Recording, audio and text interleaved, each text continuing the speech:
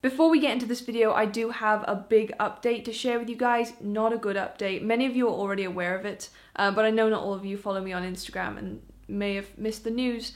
But unfortunately, on Wednesday night this week, our mouse Sodium sadly passed away in his sleep. Not sure why. He was only about 5 months old. He was a feeder mouse. He does come from, poor genetic line because feeders are not bred with health or longevity or any of that other stuff in mind. They are just bred to be food. So it does happen with feeder mice suddenly losing them. It's been a lot to process, and it's been a weird few days. It's Sunday now that I'm filming this, so it's been a couple of days, and yeah, it's been very emotional, very difficult. At the very least, the only comforting thing out of this is that his passing seemed very peaceful. He was just curled up in his nest in his favourite little house, fast asleep. He looked like he was sleeping. You wouldn't have been able to tell from looking at him that he'd gone. Eyes closed, curled up, snuggled in his bedding. So that is a thing I am currently dealing with. Like I said, it's only been a few days and it's been rough and emotional, but getting through it, dealing with it in a healthy way. But I do obviously need to clean out his enclosure, which is a big thing. And I said that I was going to be doing this video cleaning Ammonia's enclosure while doing a Q&A, and I figured because I absolutely hate cleaning enclosures after animals have passed, it's the hardest part for me. I figured that if I do both of them in one video and I do the Q&A for both of them, then at least I've got a distraction while I'm doing that and it might make things a little bit easier. So that's what we're going to be doing in today's video. So a little bit different. We're going to be starting with Ammonia's cage, upbeat, light-hearted, all that, and I'll probably do his cage tomorrow, but it'll be in the same video. Anyway, let's go on to Ammonia's cage and try and make this video fun and upbeat, because honestly, I need that right now. I really do. The first of my enclosures that we're cleaning out is the Petri dish, also known as the Billy XL. This is a DIY enclosure for those who aren't familiar with it. Unfortunately, you can't buy it. I'm always very flattered when people ask where they can buy it. You can't, you gotta build it yourself. But I do have a playlist showing how I built all of my cages, because every cage I have and have had over the last few years has been a DIY. And I vlog my adventures of building those. So if you want to see how I built this cage, other cages, if I remember, I will put the playlist in the description box. If not, you can find the playlist on my channel under the little playlist section. So this cage is currently home to Ammonia, who's my winter white dwarf. He's a male. He is about 16 months now. He'll be 17 months in the first week of November. So he's getting on there. He's doing really, really well. And I only say that because he has a very worrisome history. Brief summary of his backstory. He's actually adopted. I adopted him along with both of his parents from some people who were friends with my mother. They had bought two winter whites who were supposed to be the same sex. They were not the same sex. They ended up breeding, having a litter. Only one of the pups survived, which was Ammonia. And they ended up not being able to deal with the situation, which is fair enough, and so I adopted all three of those hamsters. I adopted Nitrogen first, and then a couple of months later I also adopted the mother, Hydrogen, and Ammonia the pup. Unfortunately, both Nitrogen and Hydrogen ended up passing away quite young from brain-related issues. Nitrogen had a seizure and Ammonia had an aneurysm, which are both things you can't really prevent from happening. They are a sign of pretty rough genetics, and given that Ammonia had both these parents, who were also likely siblings, by the way, so he's likely inbred, and he's got two parents that pass away young from brain problems, I have been very, very concerned all of Ammonia's life that we were going to lose him young. And when he reached his first birthday, I was so proud that he made it that far. And to be honest, I didn't think I'd still have him. I genuinely thought I was gonna... Oh, there's some of his fluff that he's been shedding on the bottom of this house. That's really cute. Yeah, I didn't think he was gonna make it this far, so I'm very proud of him, very happy with that. He will officially be a senior citizen in December of this year, first week of December, and that's where we're aiming for. That's where I'm hoping he's going to get to. Unfortunately, his health has not been great lately. He is already showing signs of aging. He's lost a lot of weight, his fur is thinning. He did have an issue with an abscess a few months ago. We were concerned that it might be a tumour. That is currently being dealt with and managed. It's not great because the abscess is located on his back left leg, and so obviously it affects his movement and mobility a little bit, so he's very wobbly at the minute. But yeah, he's eating, drinking, playing, active. He sleeps a lot more than he used to. It's all the typical signs of getting older. Anyway, that's a little bit of background for anyone who isn't familiar with my channel, my enclosure, my hamster. And now we should get into that Q&A. First question, how often do you post?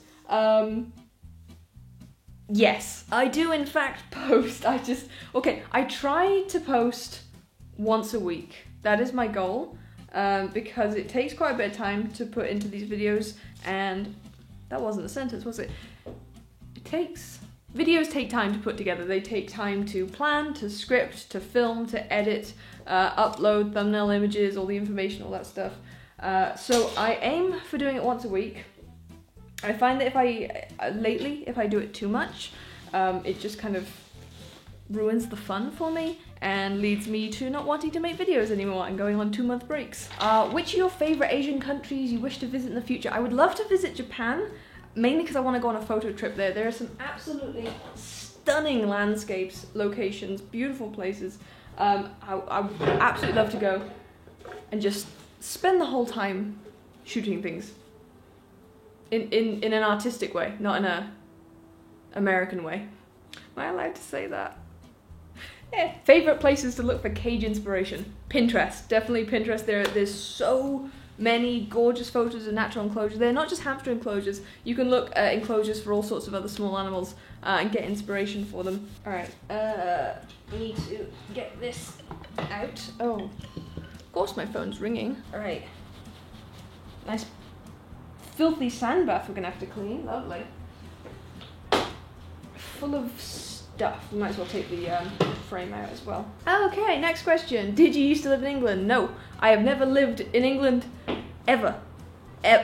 No, not English. The number of people who think I'm English. I know the accent's confusing. I realise that. I appreciate that. However, I am Welsh. I'm from Wales. I was born in the Royal Gwent Hospital in Newport. I lived in Wales until I was 11, and that's when we came out to Cyprus. When I went back to the UK between the ages of 15 and 18 to go back to school and do some studying and stuff, I also went back to Wales. I have never lived in England. I am not English. Stop thinking I'm English. It's very offensive. If you're not originally from one of the countries in the United Kingdom, you have no idea how culturally offensive it is to call somebody who is not from England English. So yeah, there's that. Favorite type of video to film? Probably vlogs, I think. Where's my dustpan and brush? Probably vlogs, just because they're, in terms of the effort of actually filming them, they're very easy, very straightforward. By the way, I'm not actually throwing this stuff away. Most of it is going back in, so don't worry, I don't do the full cleaning thing. Want to keep some of it sent around, but I do need to take it out in order to clean down the base. So yeah, vlogs are fairly straightforward to film because you just kind of carry a camera around with you, and you get to be a little more artistic with vlogs, I think. And I really do like how personal vlogs are. I like being able to do stuff that's not related to animals all the time, because my life doesn't actually revolve around animals 24/7. And I also like watching vlogs, so I think that's probably another reason why I like filming them. The only downside of filming vlogs is that if you're having a boring week or a boring day, there's not always content to put in them, and that's the hard part, trying to cram a bunch of interesting things into a single day or a single week for a video. It's not always easy. I also do worry a little bit that I'll get people complaining if I do too many vlogs, because if you remember back when the channel was called Erin's Hamsters, that was like 2011 to 2015 we were called Erin's Hamsters. Was it to 2015? Somewhere around that. It was for a few years we were called that. And I got other animals that weren't hamsters, and any time that I put them in a video, I would get comments from people saying, "Oh, this is Erin's Hamsters, you shouldn't be posting other animals." So I changed the name of the channel to Erin's Animals so that people couldn't complain about it. but I shot myself in the foot a little bit. I should have just changed it to Erin Rachel and just had it as my name and been done with it, because now I've also backed myself into the corner where anytime I post something that isn't animal related, I get those same kind of comments. And it's a little frustrating because it means I can't really branch out much. I mean, I can, but I'm gonna get people moaning about it. And maybe I should just say screw you to those people. I mean, I'm saying screw you to a lot of people lately, so yeah, maybe I should. I wish I could do more cooking stuff as well, but that's a whole thing of its own. Favorite social media platform at the moment. Thank you for giving me Thank you for giving me an excuse to plug my Instagram, or this side. Which side do I can't remember which side of the screen I put it on. My Instagram, which is my current favorite social media platform. Twitter used to be my favorite place. I loved Twitter so much. Spent all my time on Twitter, but I decided to take a break from it because it's very, very political on there. I follow a lot of Americans, so it's very, very political on there at the minute, and frustrating and upsetting and just very stressful, very, very stressful. And Instagram is just so much more pleasant and artsy, and again, I suppose because Instagram is a bit more personal and you get to see into people's lives a little bit, and I suppose it's kind of like the similar to vlogging in a way, getting to see into people's lives, so maybe that's why I like it so much. But yeah, Instagram's my place at the minute. I've got my main account and my rodent account, which I don't post on a huge amount. Sorry, I was just checking how much time I got left. Don't post on my rodent account a huge amount, but if you just want to see cute pictures of the, well, of the rodents, of ammonia now, so well, I've got some more pictures of sodium that I would like to post on there. I might do an image dump of those over the next couple of weeks. But yeah, if you just want to see photos of the rodents, you're not interested in like me or anything, that's perfectly fine. You can go follow that account. But if you want more behind the scenes stuff, personal life stuff, other things, my main account, I'm on there every single day. In particular, on my stories, I'm very busy at the minute posting behind the scenes stuff, my dog, my day-to-day thing, cooking, you know, that kind of thing. So yeah, if that's what you like, please come and follow me, because currently my main account has less followers than my second account, and that's just embarrassing. Do you think you'll ever meet Victoria? Slight problem with that. We are both completely against each other's weather patterns. I cannot stand the cold. I don't know how. Canada. How is that even a place that exists? You get snow at times of year where snow should... We don't even get snow here. We have to go to the mountains for snow. And you get snow just randomly in the middle of the year. Just because Canada, why not? We do have a bit of an ongoing thing where I complain about it being cold here, and then she tells me off because I genuinely do not know the severity of the cold that they face. But vice versa, I've seen her complain about it being hot over there, and it's like 22 degrees Celsius. It's like, that's a lovely spring morning. That's beautiful. I'd love 22 degrees. It's about 26 here at the minute, and it's just getting comfortable. I sat out on my balcony this morning enjoying the beautiful temperatures, but it's like 22. Really? But yeah, so if we ever did meet, it would need to be in a middle ground that was neither Cyprus nor Canada, because we would both die. But I would love to meet Victoria because she is an absolutely lovely person, and we've been talking for years online and never actually met. So, you know, there's a few people, the whole little rodent group that I am kind of a part of. Love to meet all of them because they all are very, very lovely people. Alright, I think everything that's left in there now I'm going to throw away, because most of this stuff now is in the pea corners.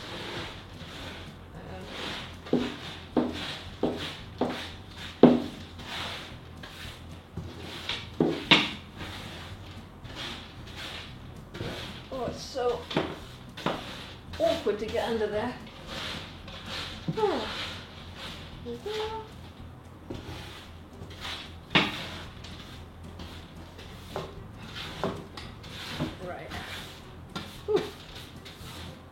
Bits of poo everywhere. Lovely. Okay, we're going to throw that stuff away. I need another bin Where are they? Bin bags.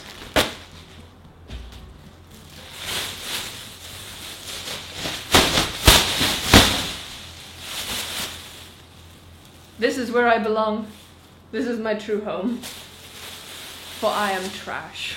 Luckily, Ammonia doesn't make a huge amount of mess in this outside bit. Most of his mess is up on this shelf and then in the nesting area, because that's where he spends most of his time. So I don't have to clean too much. This side of the enclosure is so easy to clean.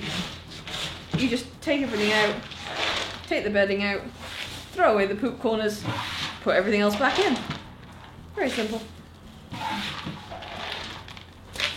Most engaging setup you've ever done? Oh, come on, that's gotta be the natural setup I did for nitrogen. Was that a year ago, I think? That is now my most viewed video. It's got a few, I think it's got a few million views on it, which is, I hate that. The comment section, I have to actively avoid the comments on that video because wow, it's full of people who have never kept hamsters before or who have no idea how you keep hamsters or people just being stupid. There's plenty of wonderful, lovely people in that comment section, don't get me wrong. It really is only a minority of stupid, but when you've got a minority of like a few million people, that's a sizable chunk of people still. But the setup itself was great, not only aesthetically, but also in terms of enrichment. There was lots to do, lots and lots of burrowing space. He built some really quite intricate burrows in there. I was very, very impressed by Nitrogen's burrowing ability. He had all the plants and stuff, he loved the plants. And yeah, he seemed quite happy in that setup. And if they weren't such a pain to maintain, I'd probably do them all the time. But like I say, I get kind of bored after a little bit of having to do the upkeep on those. I shouldn't touch my eyes with these gloves, but my eye is very itchy. How many hamsters can you keep at the moment? Well, technically I have space for 2 because I've got Ammonia in his petri dish, but I also have the beaker underneath, which isn't set up properly yet because I'm doing some stuff to it. I have no idea what I'm doing with it, I'm just winging it. I've been considering, not while Ammonia's still with us because he's getting so frail and wobbly now, so I wouldn't be able to do it with him, but after Ammonia, I've been considering maybe cutting a little hole in the bottom of the petri dish and then having a ramp coming down into the beaker and turning it into one big enclosure with 2 levels. Because the beaker is 1,300 square inches, the petri dish is 1,600. And then I could do the beaker as being just the burrowing area, just basically the same as I did with the test tube. 1 floor of just burrowing, bedding, gloriousness. And then the top floor, toys, enrichment, play space. And the problem is that I had that idea about 8 months ago, and I've not been able to shake that idea. But if I do that, I will only be able to keep 1 hamster at a time because I do not have space for more enclosures. That's it. I'm tapped out now. We moved the sofa into my office because we didn't need it in the living room anymore, and that's basically has taken up any space I would have had for another enclosure. And I don't want to move it out because I like having the sofa in here. It's really, really nice. I used to have an armchair in here, but we had to get rid of it because it got nasty. So technically, currently, I could have 2. Realistically, it's probably not going to play out that way. And I'm probably just going to keep 1 hamster going forward. So I've got my 1 hamster enclosure, 2 levels eventually. Not currently 2 levels. And then my 1 mouse enclosure, which I haven't decided what I'm doing with that yet. Yeah. I need to stop turning multiple cages into singular cages because it's just, I need to, well maybe I don't need to stop, maybe I need to keep doing it. Maybe the test tube needs to be joined onto the petri dish and the petri dish joined onto the beaker and we can just create this one big, oh my goodness, that would be amazing, wouldn't it? Do you ever plan on getting a short-haired Syrian? I always plan on getting a short-haired Syrian. It never happens. It's always a long-haired one. I try to be so disciplined with myself when I go and get a Syrian. Every time I go in, I'm just like, it's gotta be short hair this time. Short hair, short hair, short hair. Oh my goodness, it's Rapunzel. I'm taking it home with me. And it's always a bloody long-haired hamster. I love long-haired Syrians so much. They're so beautiful. So I'm gonna say that I plan on getting a short-haired Syrian, but I'm probably not gonna get a short-haired Syrian. Unless the only way I'm gonna end up with a short-haired Syrian is if I go to get a Syrian and they only have short-haired. I can't help myself though. I see a long-haired Syrian, it's particularly long-haired males, specifically the long-haired males. Their beautiful skirts and their wings and beautiful, perfect, wonderful little creatures. Love them so much. Favorite plant to use with hamsters? Definitely spider plants. Love them. Did a whole video on using plants with hamsters. We'll link that somewhere if I remember.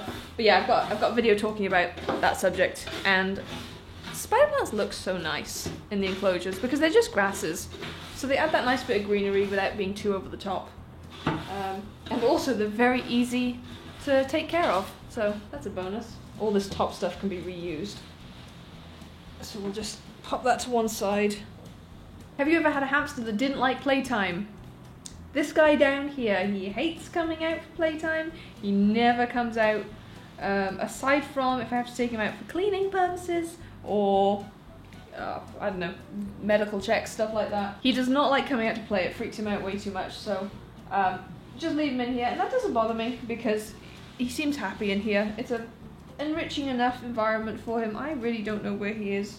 I think he might be in that back corner, but I'm not certain. But I've had other hamsters too that didn't like playtimes. I find it's much more common in dwarfs than Syrians for them to be adverse to playtimes, and I found that the bigger the enclosure, the more adverse they are to playtimes. But it really does depend on the individual. Some of them like it, some of them don't. Some of them want to spend more time outside their enclosure than inside of it. Do you enjoy seeing people make your enclosures? Yes, yes, I love that. That's wonderful. I mean, the whole point of me posting videos showing how I make them is because I want to see other people make them. I love seeing people recreate not just enclosures, but any of my DIYs.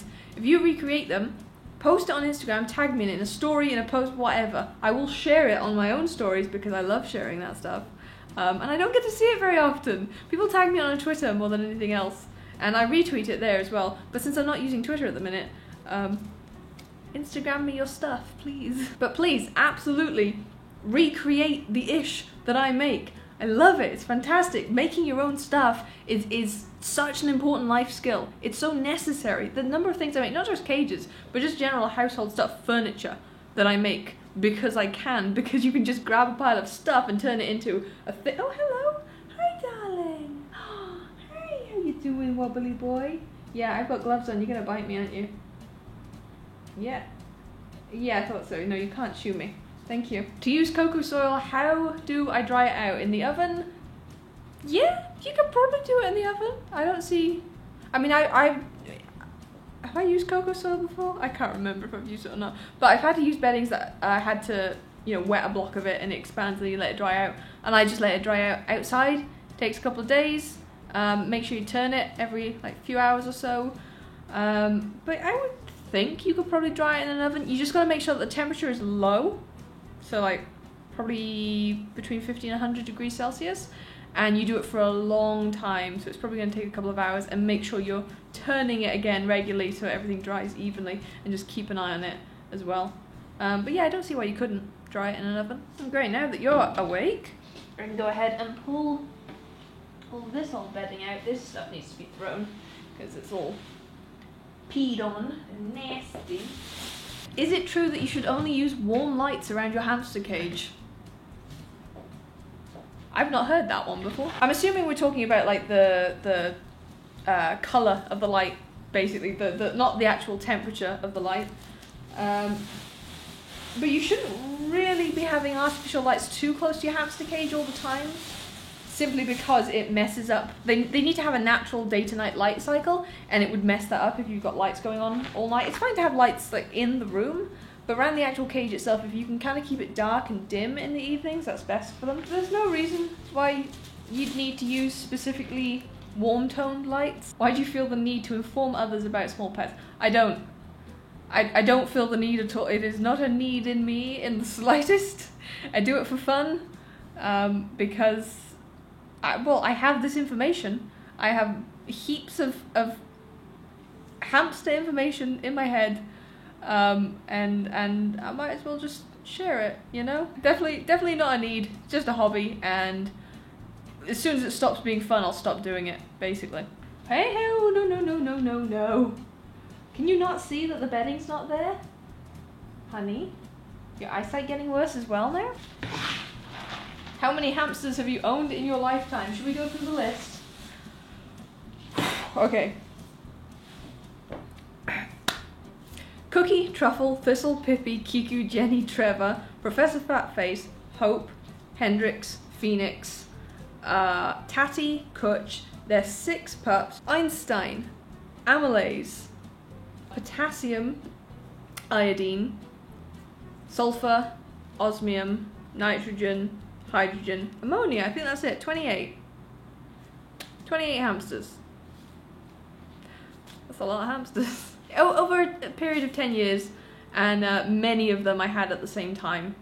So it wasn't like back-to-back hamsters or anything like that. People, sometimes people hear that list and they go, what, 28, 10 years? That sounds like they lived for 2 months and that was it. No. Most of them, the vast majority of them, lived out full-length lives. We've only sadly lost a couple of them young. But yeah, I had a lot of hamsters. You know what? All my batteries are booping at me right now, so I think we're gonna have to take a bit of a break from filming, charge the batteries up, and what I'll do is I'll clear out the rest of this bedding, put the clean stuff in, and then we'll come back while I'm setting up the toys and things. I think that'll be good. We'll get away to a place where we don't know. About to see the world in action, what we can be, life with no distractions. We'll get away, this is what we waited for. Take my hand, we'll make it somehow, we can't miss out. I'm done living life with the lights out, die with my own doubts. Be free with me. Let's be free with me.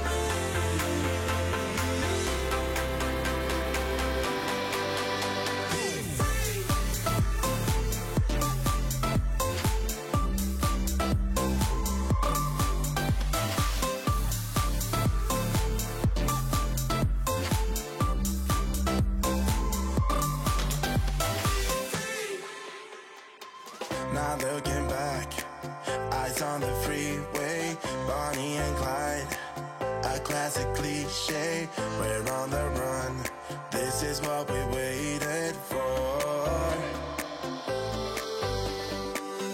Take my hand, we'll make it somehow, we can't miss out.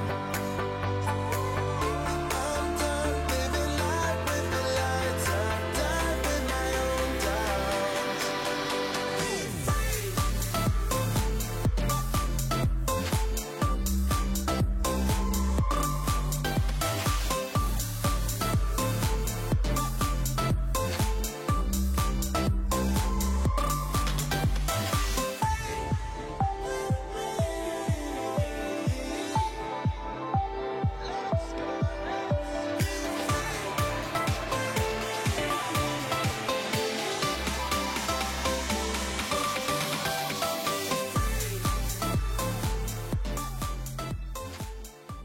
Well, it's not the next day. It's actually Tuesday, today, the 20th of October.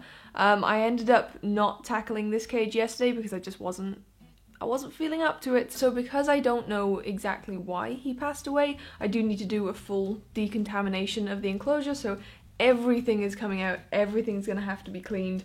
I'm not gonna clean all the toys and stuff on camera. It's just, it's tedious and takes a long time. And so I have to clean everything down, and I'm gonna have to disinfect the grounds of the cage as well, and then I'll want to leave it empty probably for at least 2 weeks before I think about what I'm going to do with it next, just to give it time to air out and make sure that if there is anything nasty hanging around in there, it'll be gone by the end of 2 weeks. Why can't you have a pet rat? Very simple reason, can't find any. I also don't really have the space for rats at the minute, to be honest. Even if I found rats, which is very difficult, it is pretty much out of the question at the minute. I'll have some one day, I absolutely will have some. because I really want them. Dan really wants them. We really want to get rats at some point, but we gotta wait for those stars to align. And if it means waiting another 10, 20 years, then so be it. It'll happen eventually. If you feel up to it, what's your favourite memory of Sodium? Oh, I have so many good memories with him. I like to... So here's the thing. Every morning he would come out onto my desk and spend time with me while I was working, because his cage opens out onto my desk. So I'd just open the little door and he'd come out and come and join me.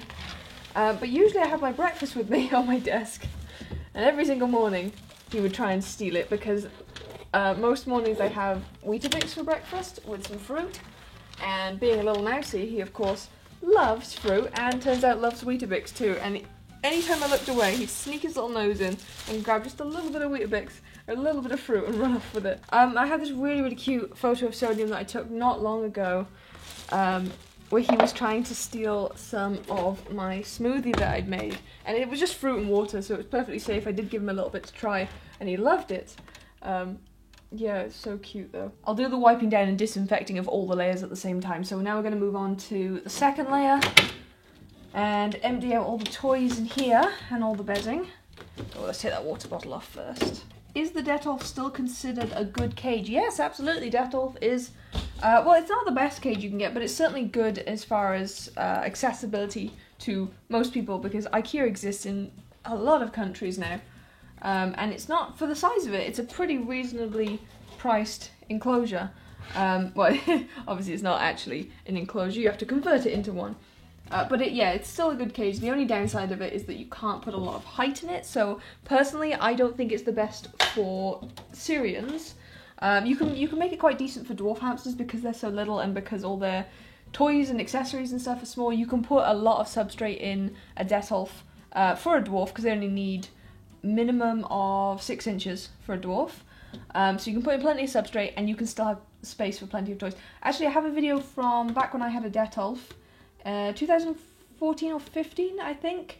I did a natural style setup for my past dwarf Amalays, and you can see in that, I believe that had a fairly decent amount of substrate in it, and you can see basically that you can do a decent setup in it for a dwarf. But yeah, for Syrians, I don't feel like it's the best, simply because it's not very tall, so keep that in mind. That's not to say you can't keep a Syrian in it, it's just that you're going to have more hurdles to cross, and you may end up having to do that thing where you divide the cage in half, where you have half of it being enrichment and the other half just being solid bedding right from the top to the bottom.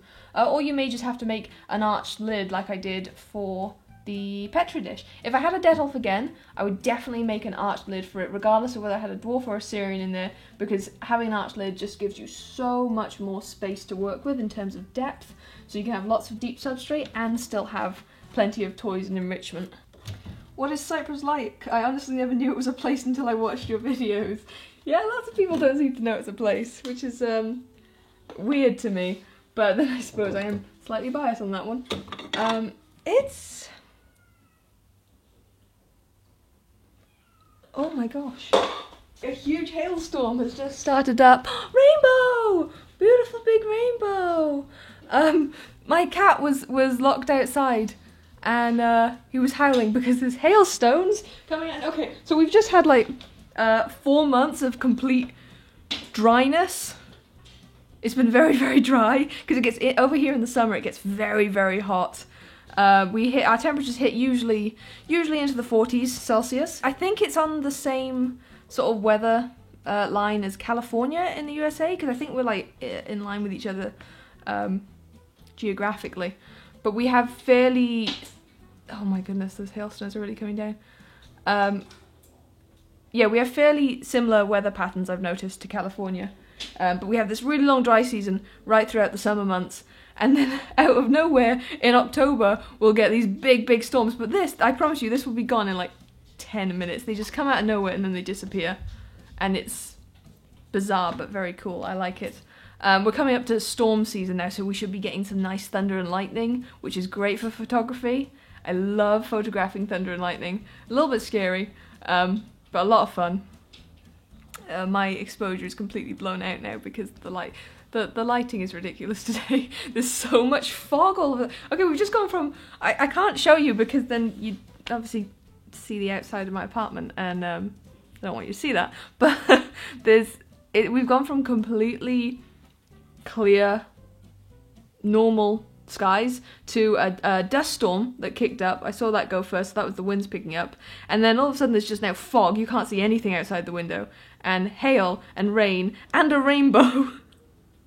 And the sun is still out! I can't believe it's raining on the day I was going to do the windows. This is my fault. I really hope there's no washing outside. I may have left some washing out there. Oops! So that's what it's like in terms of weather. Our winter temperatures are... Well, to other people I know they sound really warm, because I think at night in the winter we hit about 10 degrees, sometimes go into the single digits, but usually it's around like 10, 12 degrees. And in the daytime it's anywhere from sort of 10 to 15 degrees in the winter, which is freezing for us because we're used to warm weather. The nicest times of year are the spring and autumn seasons, and I put those in quotation marks because they're basically the same season. You got spring and spring 2.0, which is where we are now. The only difference between spring and autumn is that in springtime, we've got all the greenery left over from winter, because we get a lot of greenery in the winter from all the rainfall. And then in autumn time, it's still very, very brown out there, because it's obviously dry and dead from the hot, dry summer. We don't get like the autumn you get in movies, where you get all those golden pretty leaves, unless you go up to the mountains. If you go to the Troodos Mountains, you get snow in the winter, you get autumn leaves, you get like a proper stereotypical seasonal cycle with nice summer, nice autumn, nice winter, nice spring, just perfect. We need to move up there, we really do. And in terms of culture, Cypriots are very, very friendly, very welcoming people, very generous people as well, and it's everyone's very close, like everybody knows everybody, which is, I kind of love it and I kind of hate it sometimes. You can't like just disappear, because everyone knows who you are and where you are, and everyone's cousins with everyone. We have a population of 1 million. Everybody is related. But everyone's so nice. Genuinely. It's so rare to meet like a grumpy or unkind person. We do have Karens, but not to the degree that they seem to exist like America, in the UK. Like there's jeez. Shush.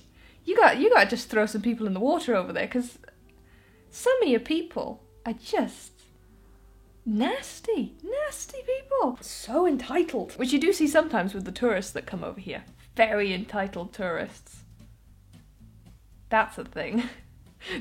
We all collectively dislike the tourists, but rely on them for the main income of the island. I do love it here though. I love it so much. This is my home country. I might be Welsh, I might have been born in Wales, it might be my birth country, but I don't like going back to Wales. I don't like visiting. I have avoided visiting it for... Basically, I don't go unless I absolutely have to, and I haven't been for like 5 or 6 years, maybe longer. It's been a long time since I went. But yeah, Cyprus is my home country. Even if I left Cyprus and decided to move to a different country, this would still be home. This is still the place where I feel comfortable and safe, and probably the place I'd end up... If I did ever move away, this is probably the place I'd come back to once I was old and dying. There we are! The storm's cleared up, it's gone. The rainbow's still there, but the fog's gone, the hail's gone, the rain is gone. There's a little bit of wind, and the clouds are still sitting about. But that's it, storm's over, done. That'll be it for another few days now. We probably won't see another one.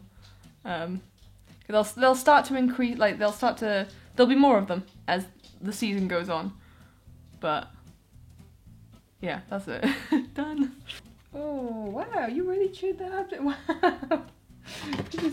These are some cardboard egg boxes. You just chewed a hole right through there. Delicious. Little trick for turning your jungle hides into a more discreet hide. Shove a tube in its mouth. Oh, nice and messy. Tell you what, that's one thing. If you never kept mice before, just know that they are a lot messier than hamsters. Like, a lot messier. There is so much more poop. And I don't understand how, because they're about the same, well, a little bigger than a dwarf, depending on the species. And definitely much smaller than a Syrian.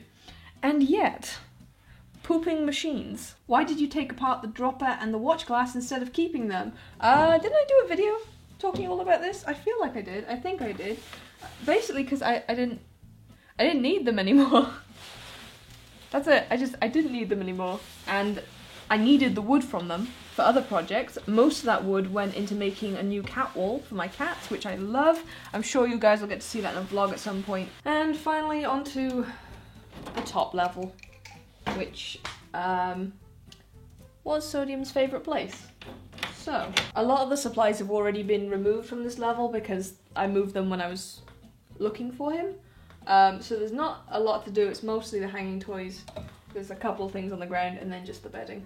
How are you and Dan doing with the pandemic? Have the cases stayed low? Oh, what a time to ask that. They did for a while. Why won't this bedding stack that? Okay, this is awkward. There we go. Yeah, the cases stayed pretty low for a while and things were good and life was kind of at its new stage of normal. And, you know, it kind of felt safe again to be going out and doing things as long as you were wearing your mask and keeping distancing, washing your hands, all the usual stuff that we're used to doing now. But the last few weeks the cases started going... Well, we had a brief spike back in the summer where we had like, I think 30 cases in one day or something like that. And that was mainly up in the district of Limassol, which they've had some of the worst cases up there. And to the point where the president has threatened them that if they don't start, like, being more cautious, they're going into lockdown. No one else, just them.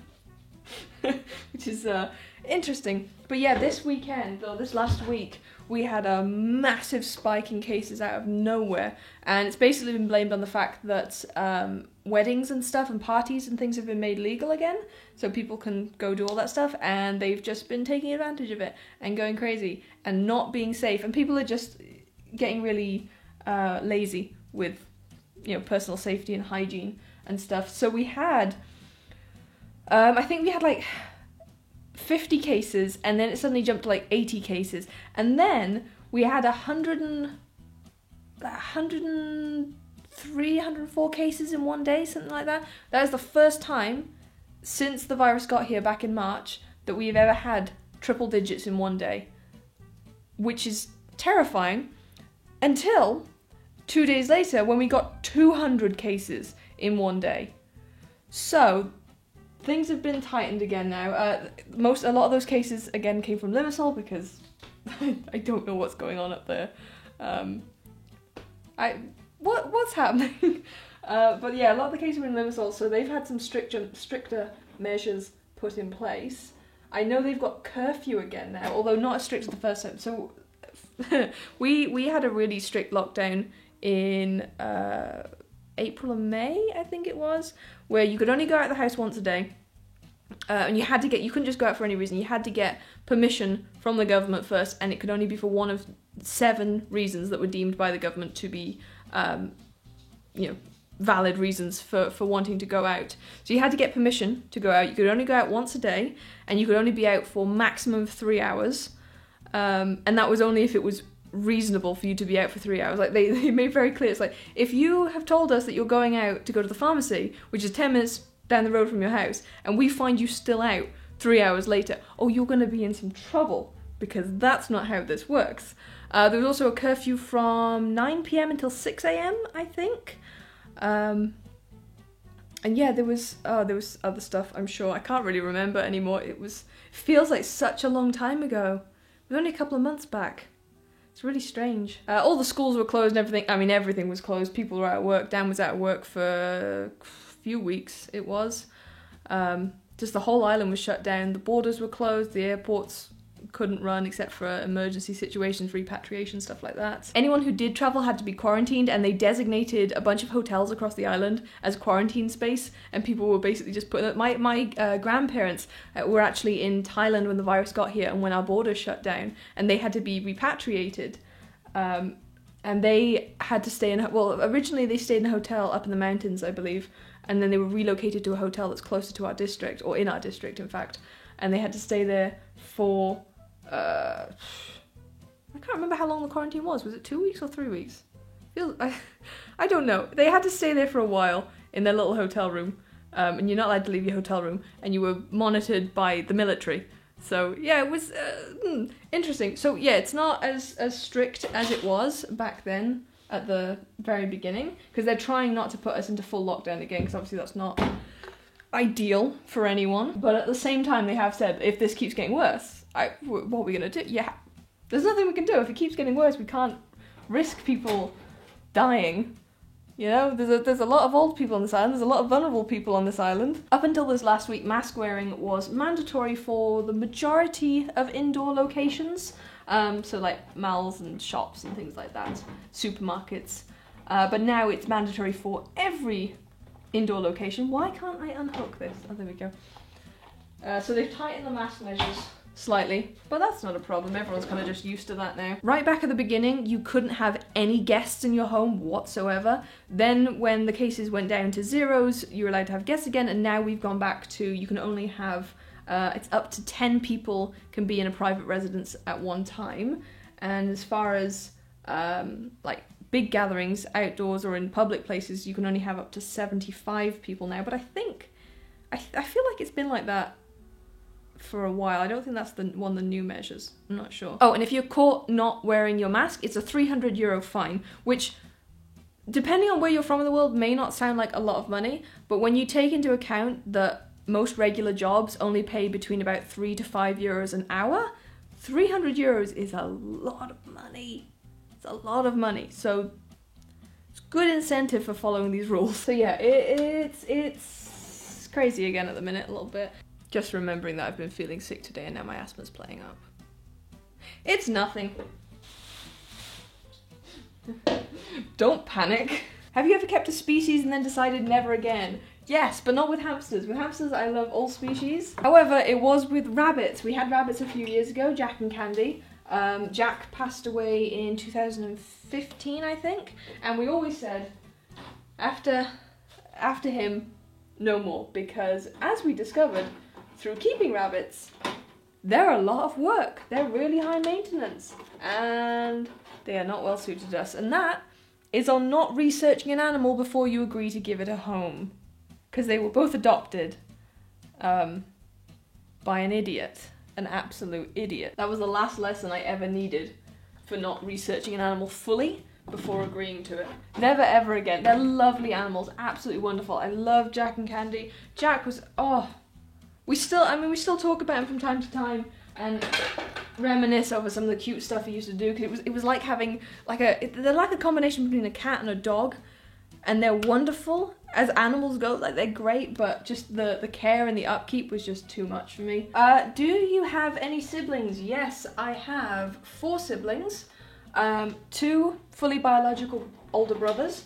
I have a younger stepbrother, and I also have a younger half-sister. We have the same mum. Water bottle or water dish? Personal preference, whichever you want, whichever works best for you, and more importantly, whichever works best for your hamster as well. Some owners, some hamsters prefer bowls, some prefer bottles, some prefer a combination of the two. In the summer, I do usually use a combination of a bottle and a bowl, just because I really worry about the evaporation rates and the bowl running out of water, because it does run out of water very, very quickly when it gets hot.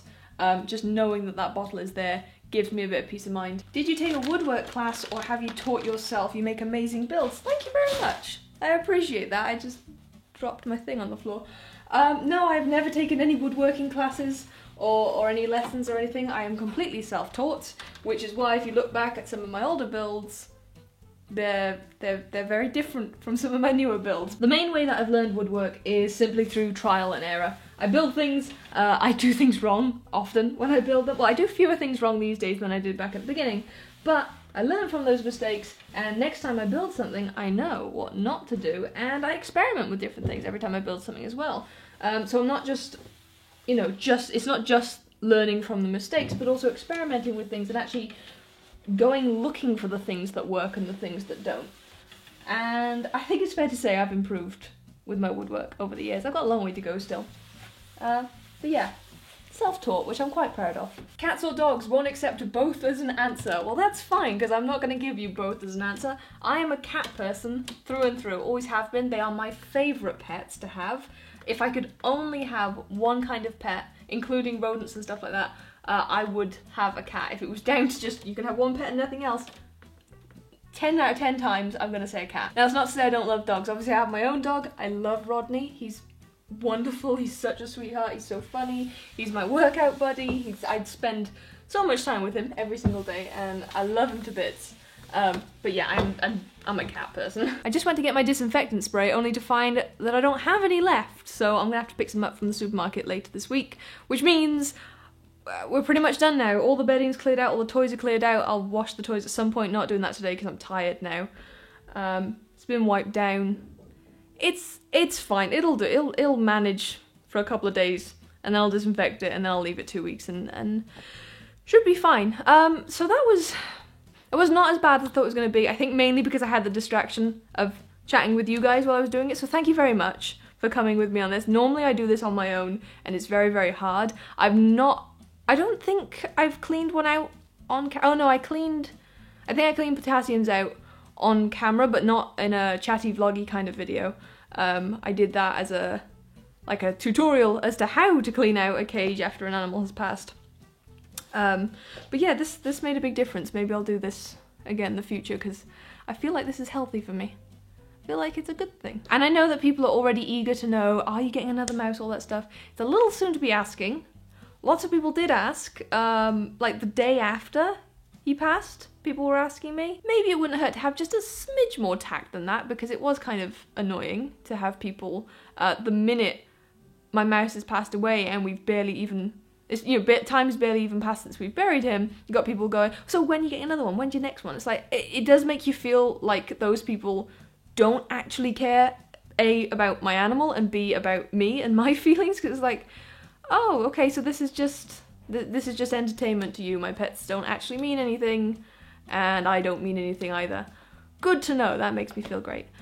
Most people were respectful, but every single time there's always that group of people that they're very self-centered, and trying to make it all about them, which is annoying. And I know you can't get away from it and you can't fix it, and those people are always going to be there, but it doesn't mean I can't complain about it too. The reality is I've not even started thinking properly about where I go from here with this enclosure and with mice. I'm just focusing on dealing emotionally and with all this stuff. Anyway, once again, thank you for joining me in this video. It helped me way more than I thought it was going to, and I really, really appreciate that.